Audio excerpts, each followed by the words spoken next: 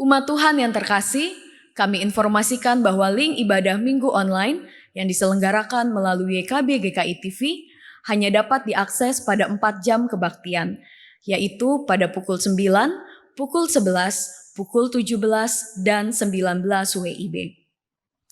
Meskipun secara virtual, namun kita tetap dapat mewujudkan aspek persekutuan dengan beribadah bersama dalam waktu yang sama.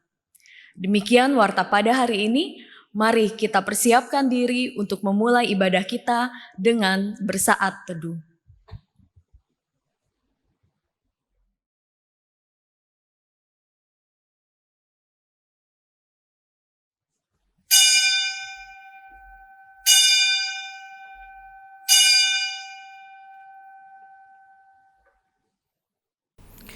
Selamat hari Minggu buat yang terkasih. Kita patut bersyukur atas kasih setia Tuhan. Kita patut bersyukur atas perlindungan Tuhan. Karena itu, bersama dengan seluruh keluarga, kita angkat dan nyanyikan kasih setia Tuhan yang tak pernah lekang dari dulu, kini, dan selamanya.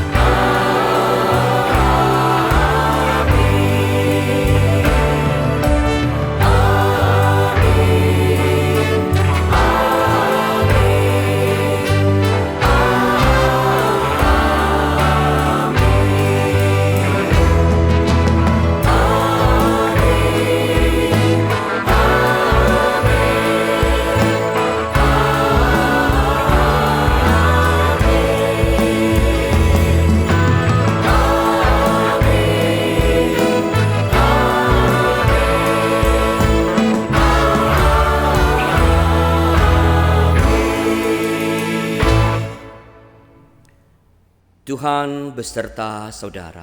Dan beserta saudara juga. Silakan duduk. Umat Tuhan, hari ini merupakan hari Minggu pertama di bulan Oktober. Banyak gereja yang menjadikan bulan Oktober sebagai bulan keluarga. Inilah momentum yang tepat untuk kita merefleksikan dan menghayati peran keluarga di hidup kita. Iman Kristiani memang memanggil kita untuk mewujudkan kasih Kristus di tengah-tengah keluarga. Apapun kondisi keluarga kita, siapapun yang menjadi keluarga kita, mereka adalah orang-orang terdekat kita. Bahkan di tengah keluarga, semestinya kita dapat merasakan kehadiran Kristus yang menjadi nakhoda dari kehidupan keluarga. Karena itu, kita dipanggil untuk menjadi keluarga yang memiliki iman seorang hamba. Dengan begitu, kita dapat meyakini dan mensyukuri bahwa setiap anggota keluarga adalah anugerah dari Tuhan.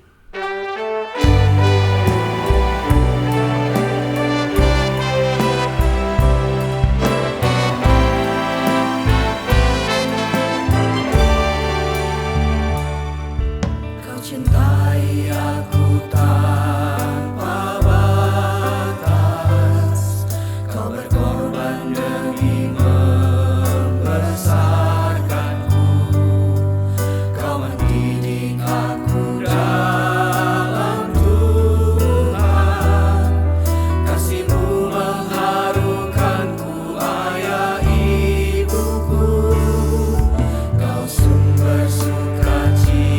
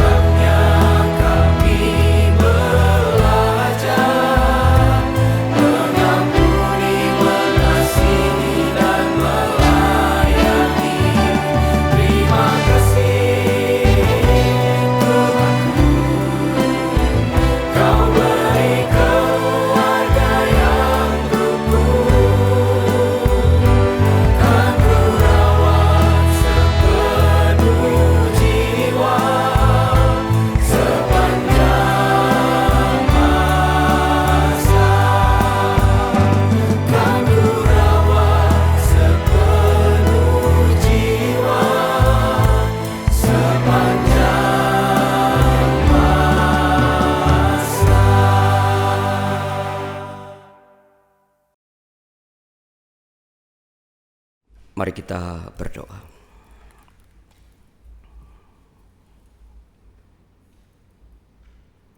Ya Allah, Kami sungguh bersyukur atas kehidupan yang Engkau beri kepada kami. Dan di dalamnya Engkau menyatakan berkat, Engkau memberikan kami sahabat, Engkau memberikan kami keluarga. Di dalam kehidupan yang Engkau anugerahkan, Engkau juga mempertemukan kami dengan tantangan, dengan berbagai persoalan hidup yang datang silih berganti. Ampunilah kami, karena terkadang kami gagal melihat anugerah-Mu saat menanggapi tantangan dengan keluh kesah, memaknai perasaan hidup dengan emosi yang tak karuan, dan merespons pergumulan dengan keputusasaan. Kami gagal merespons dengan hati seorang hamba. Tak jarang kegagalan ini membuat kami berbuat dosa hingga melukai hati-Mu, keluarga kami, dan sesama kami. Di dalam kerendahan hati, ampunilah kami, ya Allah.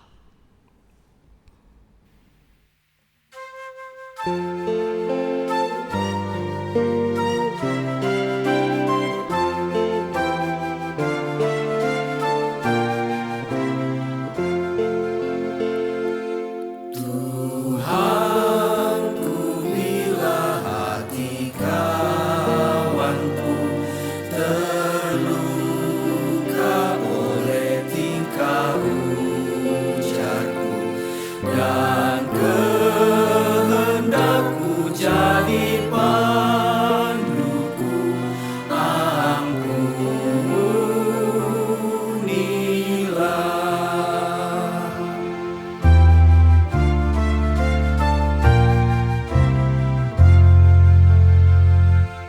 Jikalau tuturku tak semena dan aku tolak orang berkesah, pikiran dan tuturku bercela, ampunilah.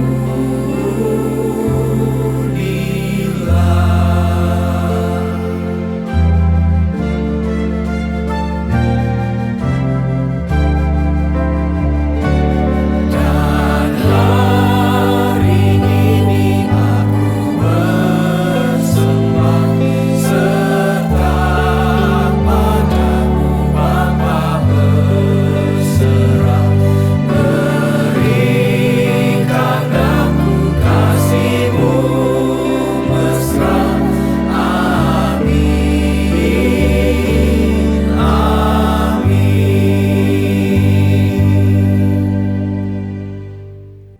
Bagi setiap kita yang telah mengakui dosanya di hadapan Tuhan, dengarkanlah berita pengampunan dari 1 Yohanes pasal pertama ayat 9 yang berbunyi demikian.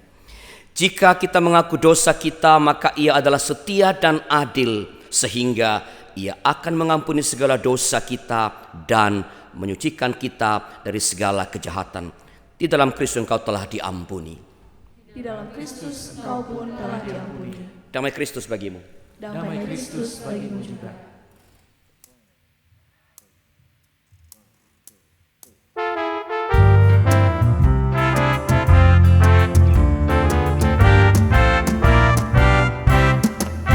Ku diberikan hidup baru oleh Yesus Tuhanku, irama lagu paling mulia, hidup kasih yang merdu.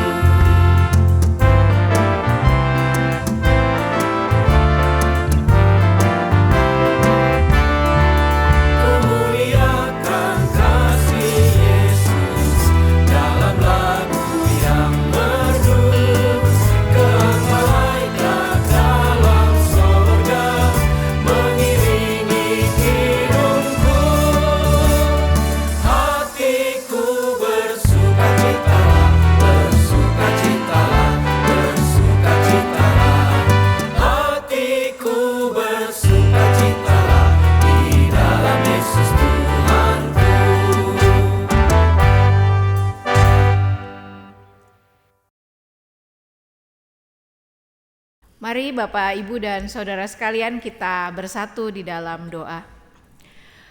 Bapa, sungguh kami bersyukur untuk kasih karunia dan rahmat-Mu.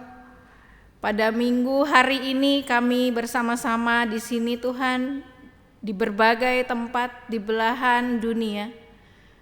Kami mendengarkan sabda Tuhan, kami bersekutu bersama. Tuhan, kiranya Roh Kudus-Mu menolong kami semua, khususnya Tuhan hamba-Mu yang akan membacakan kitab suci dan menyampaikan perenungan atasnya. Tolonglah Tuhan hamba-Mu yang terbatas dan dipenuhi oleh dosa ini. Kiranya Engkau sendiri yang berbicara atasnya. Juga Tuhan, kiranya Engkau menolong kami semua, agar kami juga dapat menjadi pelaku firman di dalam hidup kami sehari-hari, dengan kekuatan Roh-Mu yang kudus. Kami berdoa di dalam nama Bapa, Putra, dan Roh Kudus. Amin.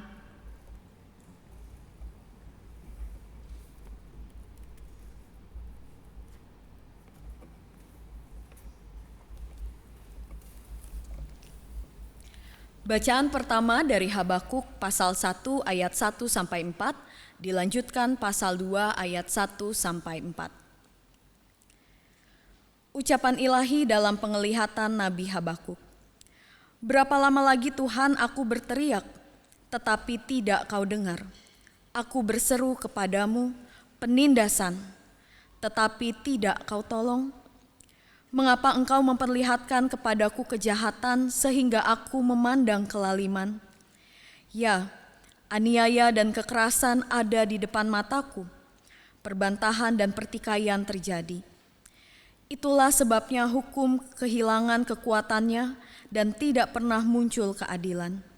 Sebab orang fasik mengepung orang benar. Itulah sebabnya keadilan muncul terbalik. Aku mau berdiri di tempat pengintaianku dan berdiri tegak di menara. Aku mau meninjau dan menantikan apa yang akan difirmankannya kepadaku dan apa yang akan dijawabnya atas pengaduanku.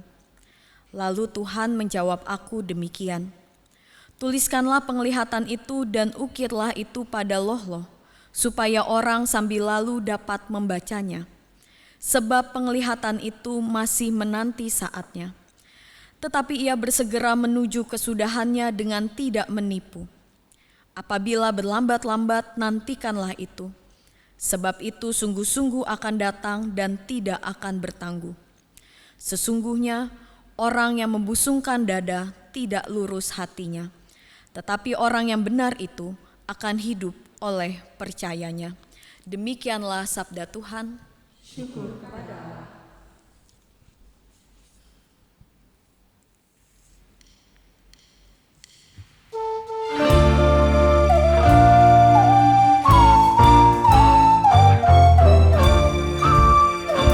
Jangan marah karena orang yang berbuat jahat.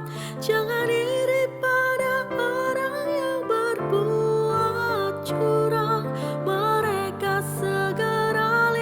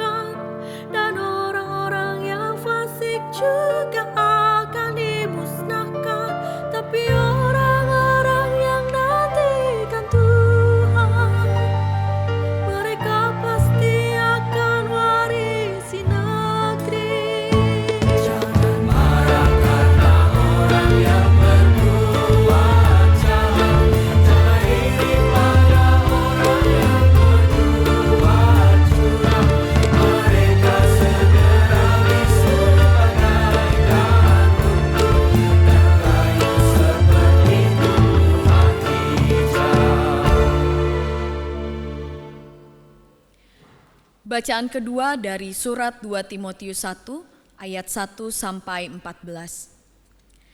Dari Paulus, Rasul Kristus Yesus oleh kehendak Allah untuk memberitakan janji tentang hidup dalam Kristus Yesus, kepada Timotius, anakku yang terkasih. Kasih karunia, rahmat, dan damai sejahtera dari Allah Bapa dan Kristus Yesus Tuhan kita menyertai engkau.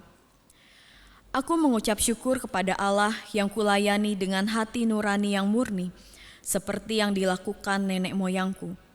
Dan selalu aku mengingat engkau dalam permohonanku, baik siang maupun malam. Dan apabila aku terkenang akan air matamu yang kau curahkan, aku ingin melihat engkau kembali, supaya penuhlah kesukaanku. Sebab aku teringat akan imanmu yang tulus ikhlas, yaitu iman yang pertama-tama hidup di dalam nenekmu Lois dan di dalam ibumu Yunike, dan yang aku yakin hidup juga di dalam dirimu. Karena itulah kuperingatkan engkau untuk mengobarkan karunia Allah yang ada padamu oleh penumpangan tanganku atasmu. Sebab Allah memberikan kepada kita bukan roh ketakutan, melainkan roh yang membangkitkan kekuatan, kasih, dan ketertiban. Jadi janganlah malu bersaksi tentang Tuhan kita, dan janganlah malu karena aku, seorang hukuman karena Dia. Melainkan ikutlah menderita bagi Injilnya oleh kekuatan Allah. Dialah yang menyelamatkan kita dan memanggil kita dengan panggilan kudus, bukan berdasarkan perbuatan kita, melainkan berdasarkan maksud dan kasih karunia-Nya sendiri, yang telah dikaruniakan kepada kita dalam Kristus Yesus sebelum permulaan zaman, dan yang sekarang dinyatakan oleh kedatangan Juru Selamat kita, Yesus Kristus, yang oleh Injil telah mematahkan kuasa maut dan mendatangkan hidup yang tidak dapat binasa. Untuk Injil inilah aku telah ditetapkan sebagai pemberita, sebagai rasul, dan sebagai guru. Itulah sebabnya aku menderita semuanya ini, tetapi aku tidak malu, karena aku tahu kepada siapa aku percaya, dan aku yakin bahwa Dia berkuasa memeliharakan dan apa yang telah dipercayakannya kepadaku hingga pada hari Tuhan. Peganglah segala sesuatu yang telah engkau dengar daripadaku sebagai contoh ajaran yang sehat, dan lakukanlah itu dalam iman dan kasih dalam Kristus Yesus. Peliharalah harta yang indah yang telah dipercayakannya kepada kita oleh Roh Kudus yang diam di dalam kita. Demikianlah sabda Tuhan. Syukur kepada-Mu.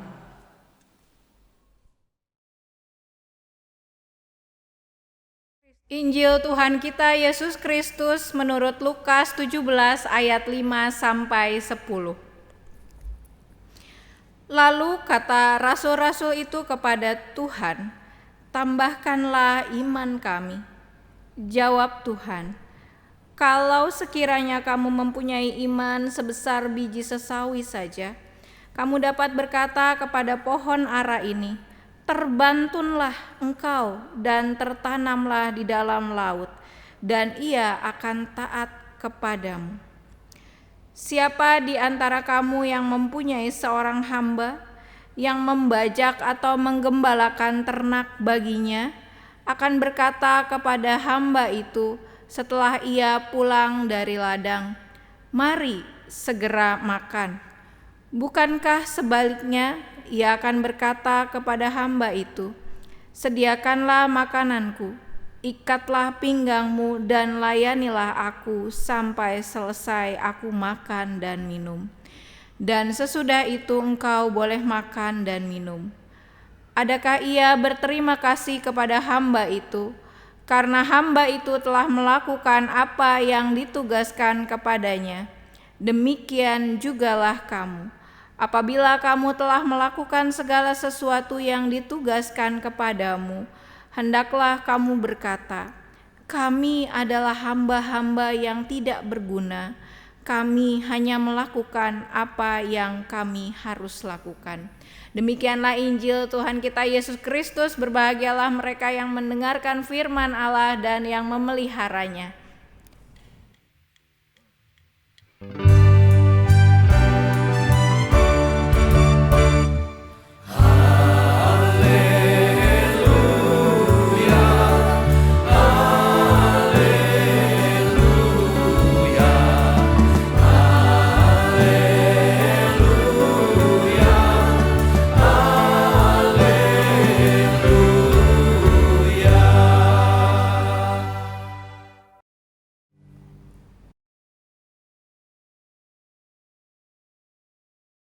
Bapak, Ibu, dan saudara sekalian, pada bulan ini sebagian besar gereja, sebagaimana yang tadi telah kita dengarkan, memperingati bulan keluarga.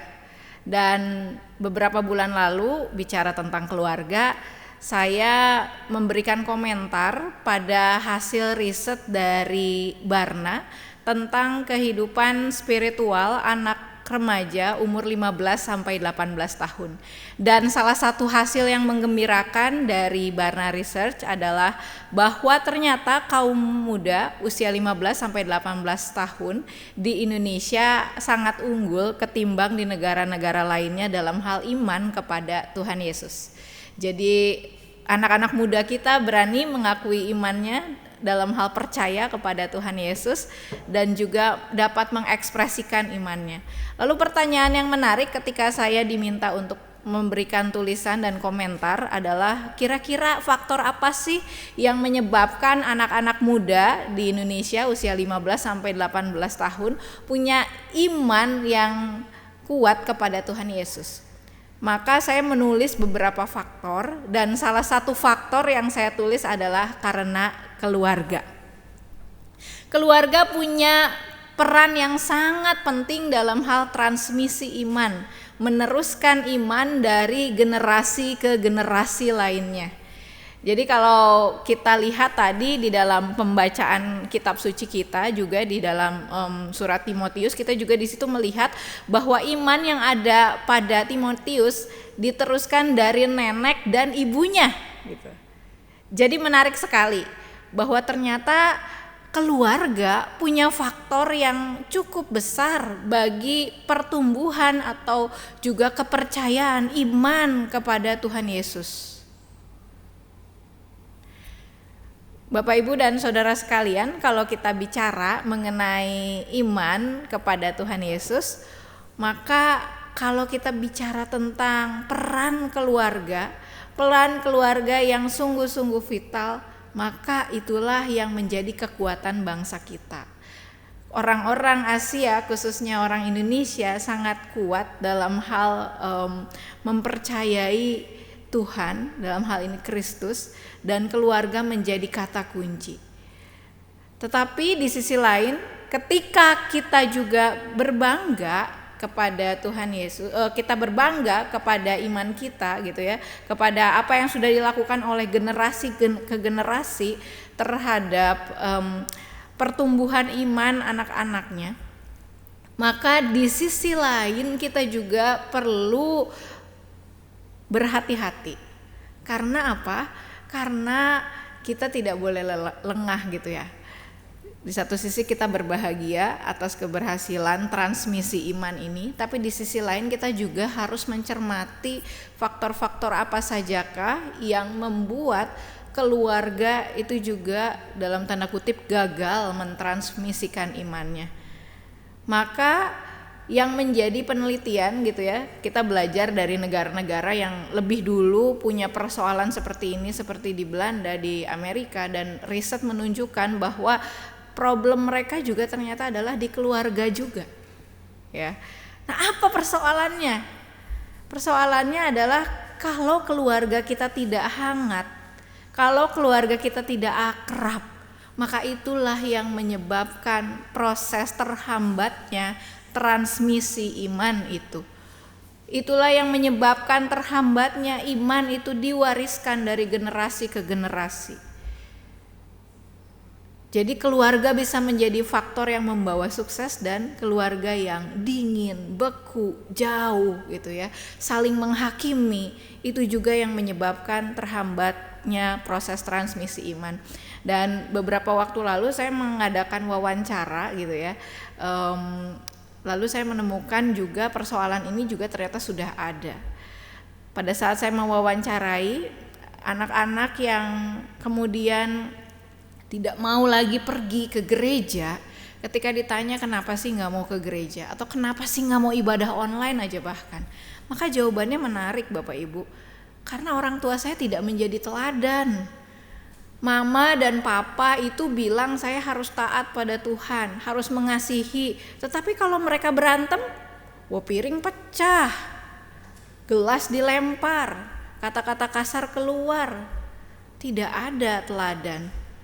Atau bahkan ketika saya juga membutuhkan tempat untuk bercerita, saya mau cerita nih pergumulan iman saya begini, masalah saya di sekolah begini, masalah saya di tempat kerja begini. Tapi apa yang dilakukan orang tua?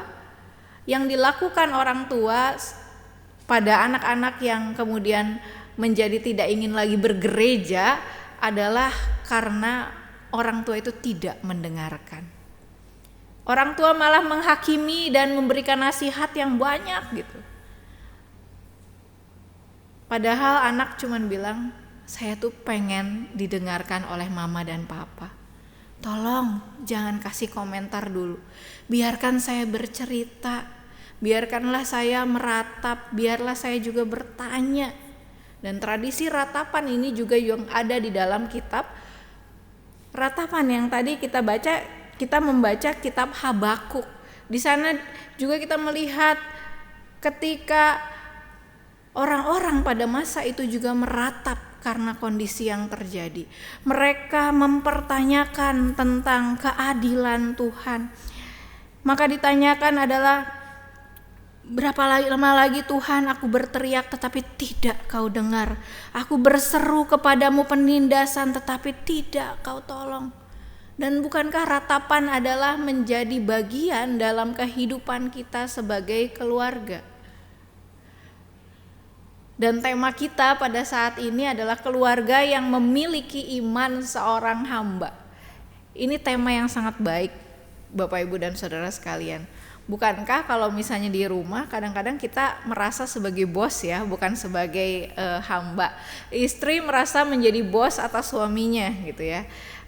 Kemudian suami juga merasa menjadi bos atas istrinya. Anak-anak juga merasa ingin lebih dominan dari orang tuanya kadang gitu ya. Kemudian juga orang tua juga merasa menjadi bos pada anak-anaknya, sehingga tidak ada ruang untuk mendengarkan karena semua ingin didengar tapi tidak mau mendengar.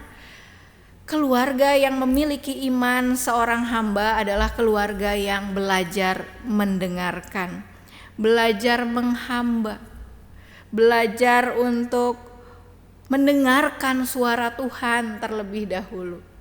Karena itu Bapak Ibu dan Saudara sekalian, ketika ada orang di rumah kita siapapun itu, belajar untuk menceritakan pengalamannya, maka yang harus kita lakukan adalah mendengarkan,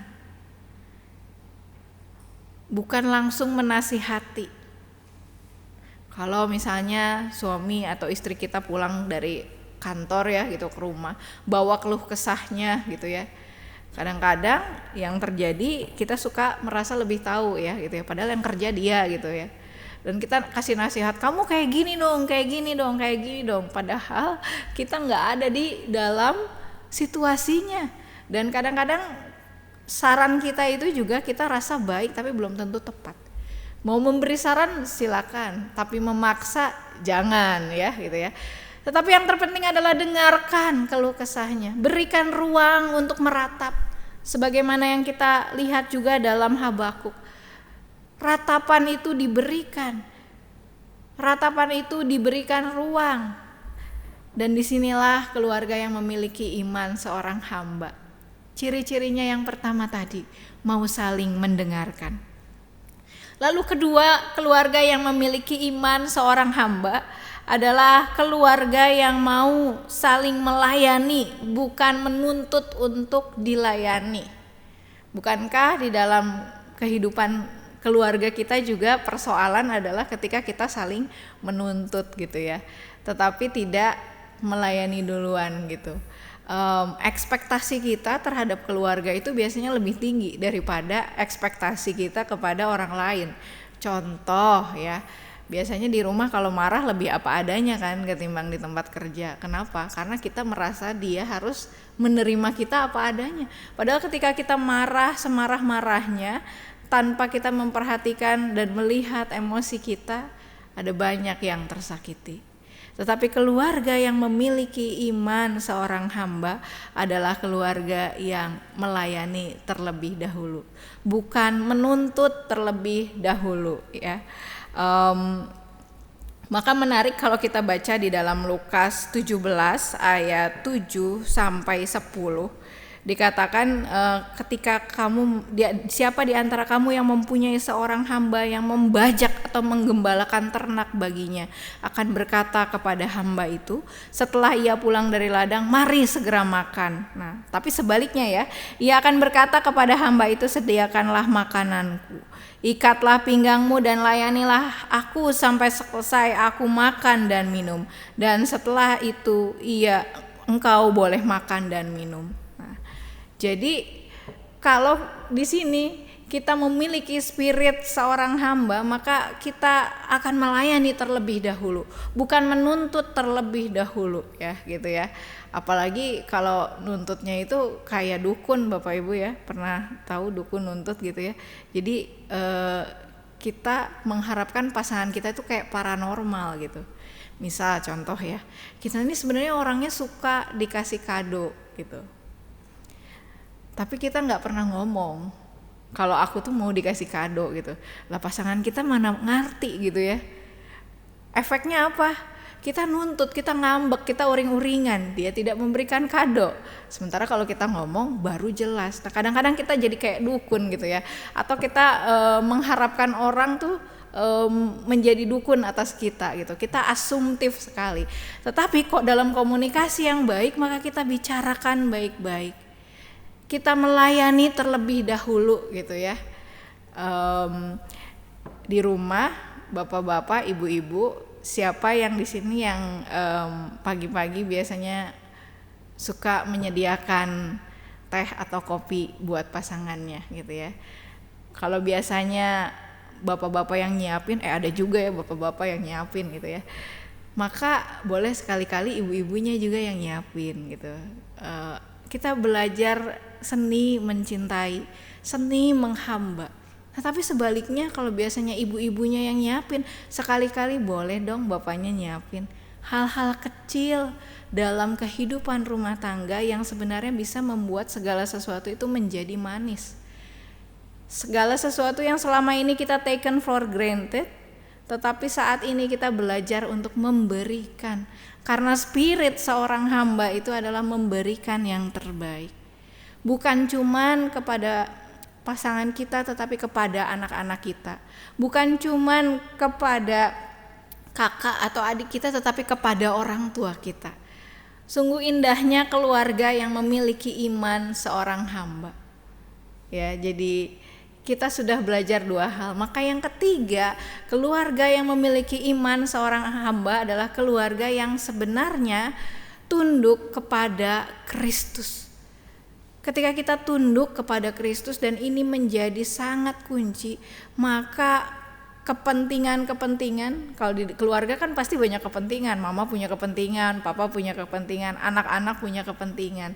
Tetapi ketika kepentingan-kepentingan itu bertabrakan, maka bagi keluarga yang memiliki iman seorang hamba, maka yang paling pertama kita lakukan adalah sebenarnya kita berdoa, bertanya, Tuhan, kehendak-Mu apa atas keluarga kami. Maka itulah yang menjadi prioritas ketimbang kepentingan-kepentingan kita. Apa kehendak Tuhan? Seorang hamba adalah orang yang tunduk kepada tuannya. Sambil kita berkata, kami adalah hamba-hamba yang tak berguna. Kami hanya melakukan apa yang kami harus lakukan. Sebuah kerendahan hati untuk mengakui bahwa Allah adalah pencipta langit dan bumi dan kita hanyalah seorang hamba di tengah hidup ini, termasuk di tengah keluarga kita. Maka yang menarik Bapak Ibu, kalau kita baca leksionari kita hari ini, Lukas 17 ini dibuka dari ayat yang ke-5 dan ke-6 yang ketika kita baca ya. Dan ini tentang apa? Iman sebesar biji sesawi saja. Untuk menaati kehendak Tuhan kita perlu iman sebesar biji sesawi saja. Sungguh menarik Bapak Ibu, iman sebesar biji sesawi saja. Pernah lihat biji sesawi seperti apa? Saya pernah pergi ke Lembaga Alkitab Indonesia dan di sana ada museumnya gitu ya.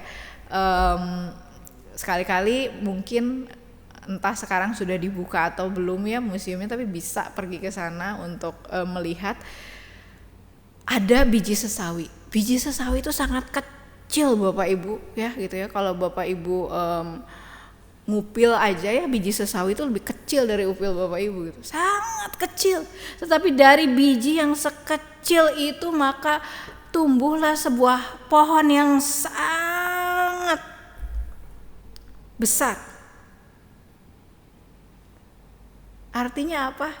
Iman yang sangat kecil saja itu sangat berdampak buat hidup kita ya. Jadi ketaatan kepada Tuhan itu menunjukkan sebuah iman yang besar di dalam kehidupan ini. Karena kehidupan berkeluarga itu juga kontradiksi. Ketika kita mencintai ya, kita pasti punya ketakutan. Takut kehilangan, takut pasangan kita meninggal karena sakit dan lain sebagainya. Tetapi dengan iman sebesar biji sesawi, kita belajar untuk percaya pada Tuhan, ikut kehendaknya. Ada sebuah pengalaman Bapak Ibu pada beberapa waktu lalu setelah menikah, saya menikah tahun lalu. Tidak lama ternyata Tuhan langsung menganugerahi seorang jabang bayi gitu ya di rahim saya, dan sebenarnya saya terkejut gitu. Tapi sebelum tahu bahwa saya hamil, saya itu bersama dengan suami saya pergi mengunjungi seorang anggota jemaat gitu, seorang bapak yang sudah tua, yang pada hari itu seingat saya berulang tahun. Lalu kita datang ke sana, kita ngobrol. Nah, menariknya pada hari itu bapak itu langsung bilang seperti ini. Kan ketika bersaksi tentang ulang tahunnya ada satu cerita yang buat saya sangat menarik. Dia bilang gini, saya itu setelah menikah gak lama langsung Tuhan karuniakan anak katanya ya. Nah, pada saat itu memang uang yang saya miliki itu tidak banyak gitu ya. Bahkan saya juga gak tahu bagaimana harus berobat dan bayi ini lahir dengan selamat gitu. Kemudian saya pun bekerja, istri saya pun sebenarnya bekerja. Tetapi menarik ya, pada saat itu dia katakan Tuhan itu memelihara sedemikian rupa. Pasangannya tidak menyalahkan dengan kondisinya, tidak menuntut, tetapi hanya punya iman seorang hamba. Saya hamba yang percaya Tuhan itu cukupkan. Nah, menarik setelah itu, pada saat melahirkan, tiba-tiba ada yang ngasih uang gitu ya, dan semuanya pas sekali untuk biaya berobat. Pada saat pulang ke mes, ternyata di situ ada tetangganya yang memang perawat yang membantu merawat bayinya. Saya pada saat mendengar itu sudah merasa deg-degan ya gitu ya. Aduh, ini apa artinya saya mau hamil juga gitu ya. Saya itu kan belum tahu pada saat itu. Ternyata seminggu kemudian memang saya mendengar bahwa saya cek ternyata saya hamil gitu ya. Dan sebenarnya sepertinya Tuhan itu tahu bahwa saya punya banyak kekhawatiran ketika harus mengandung. gitu. Di satu sisi ingin, tapi di sisi lain takut, karena pada saat itu saya sedang studi gitu ya. Saya nggak kebayang gimana kalau punya anak sementara harus masih ngerjain pekerjaan kampus yang banyak gitu ya. Tetapi kemudian pada saat saya galau, pada saat itu saya dan suami bicara, kita ini hamba Tuhan, dan kita kalau punya iman seorang hamba, ya sudahlah gitu ya, kita percayakan sama Tuhan, dan Dia menolong saya untuk percaya, untuk beriman sekalipun di tengah keraguan saya gitu ya. Dan akhirnya ternyata puji Tuhan semuanya beres. Nah, Tuhan menolong kita, setiap anak-anak yang memiliki iman seorang hamba, untuk tunduk kepada Tuhan dan mempercayakan hidup kita kepadanya. Saya pada saat itu pernah bersalah juga karena saya sempat marah-marah, kaget gitu ya, karena nggak siap. Tapi ternyata di tengah nggak siap itu saya belajar untuk beriman dari pasangan saya. Saya belajar beriman bahwa ternyata Tuhan itu sudah bicara lebih dulu, Bapak Ibu, lewat bapak-bapak yang kami datangin pada saat ulang tahun. Dan ini menjadi proses beriman. Ketika saya pun belajar, saya salah gitu ya, saya kurang beriman, saya kurang memiliki hati seorang hamba, saya kurang mempercayakan hidup saya kepada Tuhan, dan kemudian saya belajar untuk percaya, maka saya juga belajar untuk minta maaf, baik kepada suami saya maupun kepada bayi di dalam kandungan saya, bahwa ternyata saya perlu belajar beriman, mencintai, belajar percaya, dan mengatakan kami hamba-hamba tidak berguna. Dan kalau Tuhan sudah mempercayakan sesuatu, maka kami harus melakukan apa yang kami lakukan.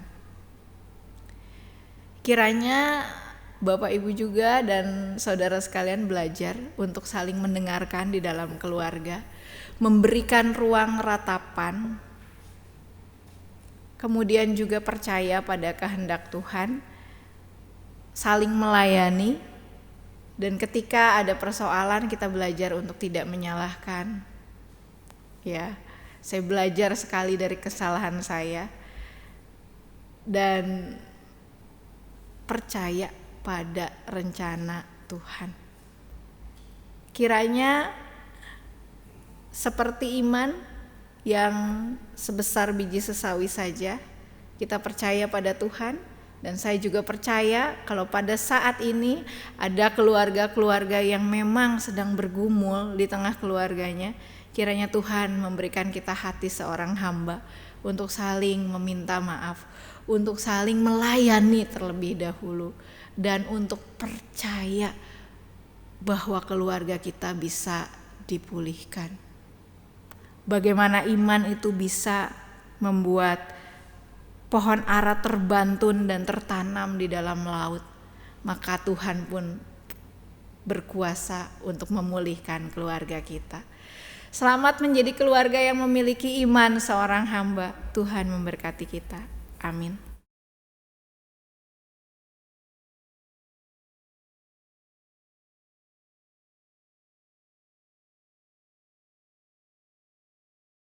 Marilah kita bersama dengan umat Allah di masa lalu, masa kini, dan masa depan, mengingat janji baptisan kita dengan mengikrarkan pengakuan iman rasuli.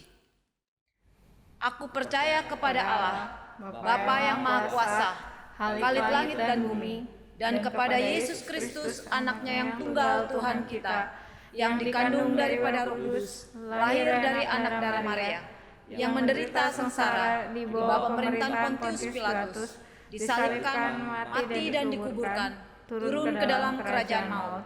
Pada hari yang ketiga, bangkit pula dari antara orang mati, naik ke surga, duduk di sebelah kanan Allah, Bapa yang Maha Kuasa, dan dari sana Ia akan datang untuk menghakimi orang yang hidup dan yang mati. Aku percaya kepada Roh Kudus, gereja yang kudus dan am, persekutuan orang kudus, pengampunan dosa, kebangkitan orang mati, dan hidup yang kekal. Amin.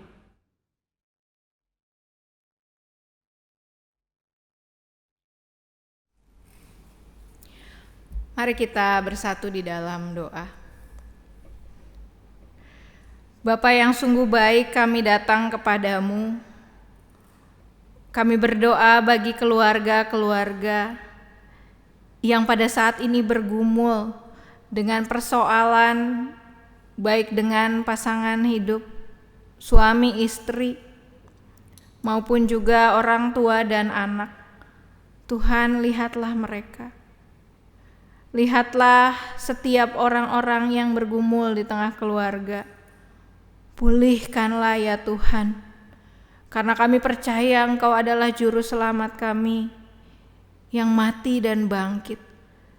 Dan Engkau juga adalah Allah yang mampu dan sanggup untuk memulihkan keluarga-keluarga. Kami berdoa juga Tuhan untuk bangsa kami di tengah pandemi COVID-19 dan juga krisis global ini. Betapa berat yang dialami ketika kami semua merasakan krisis global. Tuhan, kasihanilah bangsa kami. Kasihanilah dunia ini. Curahkanlah Tuhan berkat-Mu dan jalan keluar pasca pandemi ini ketika kami bersama-sama menghadapi krisis global.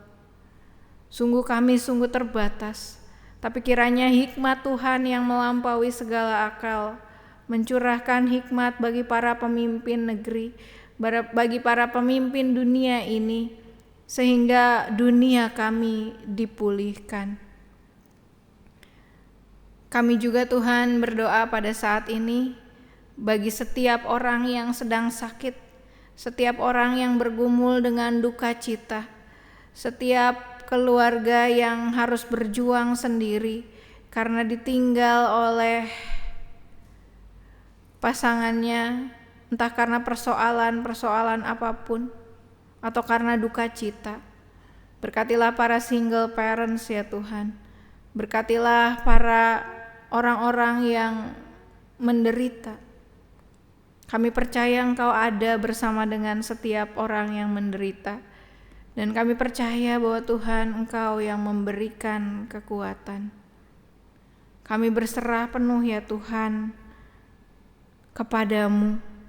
Engkau Allah pemilik kehidupan. Engkau Allah yang memulihkan.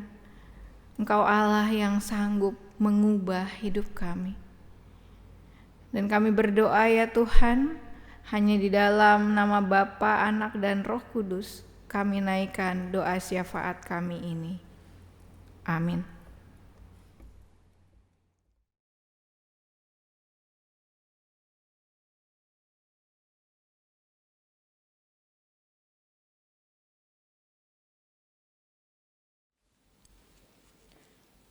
Marilah kita mensyukuri kasih Tuhan yang telah menjaga hidup dan melimpahkan segala karunia kepada kita. 2 Korintus 9 ayat 8 menyatakan, "Dan Allah sanggup melimpahkan segala kasih karunia kepada kamu, supaya kamu senantiasa berkecukupan di dalam segala sesuatu dan malah berkelebihan di dalam pelbagai kebajikan." Saudara-saudara dapat mengirimkan persembahan ke rekening gereja masing-masing.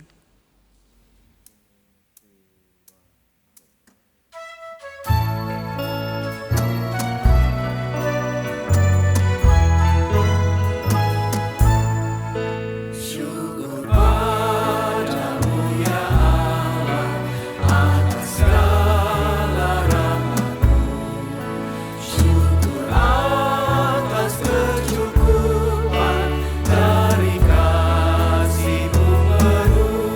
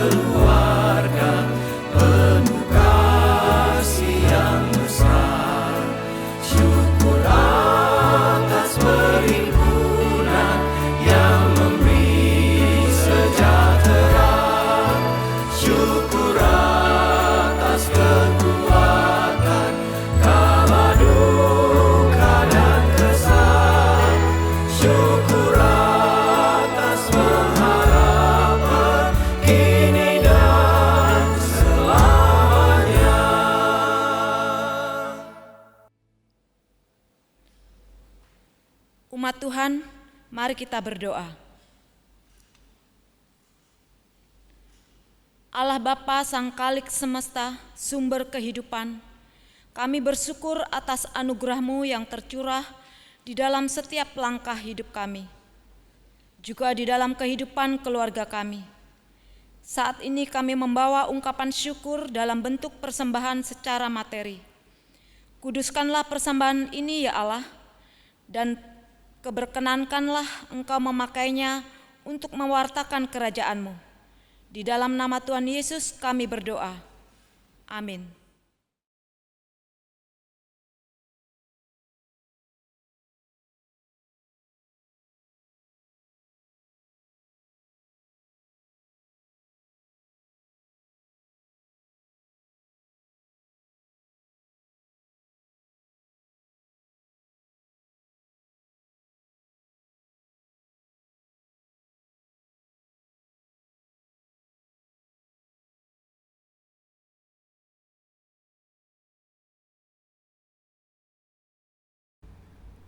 Milikilah iman seperti hamba di tengah keluargamu.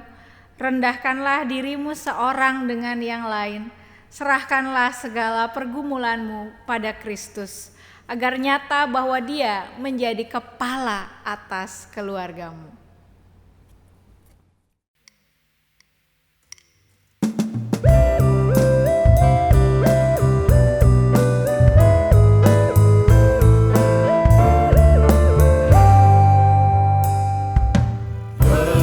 Berserah kepada Yesus, tubuh, roh, dan jiwaku.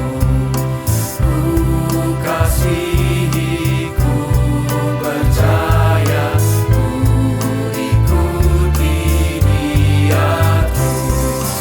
Aku berserah, aku kepadamu, Juru Selamat, aku berserah.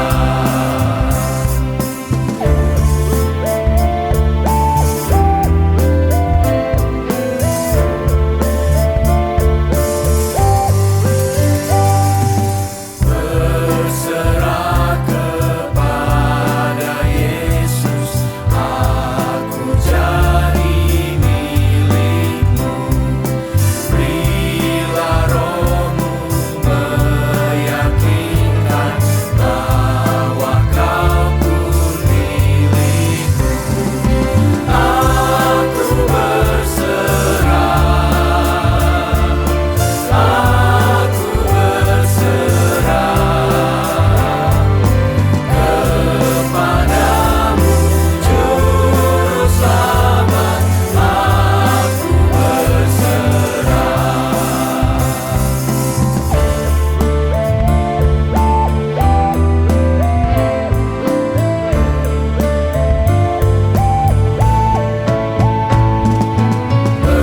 Berserah kepada Yesus, ku rasakan apinya, karena selamat yang sempurna, puji-puji namanya. Aku berserah, aku berserah kepadamu, Juru Selamat, aku berserah. Saudara, arahkanlah hatimu kepada Tuhan. Kami mengarahkan hati kami kepada Tuhan. Jadilah saksi Kristus. Syukur kepada Allah, Terpujilah Tuhan. kini dan selamanya.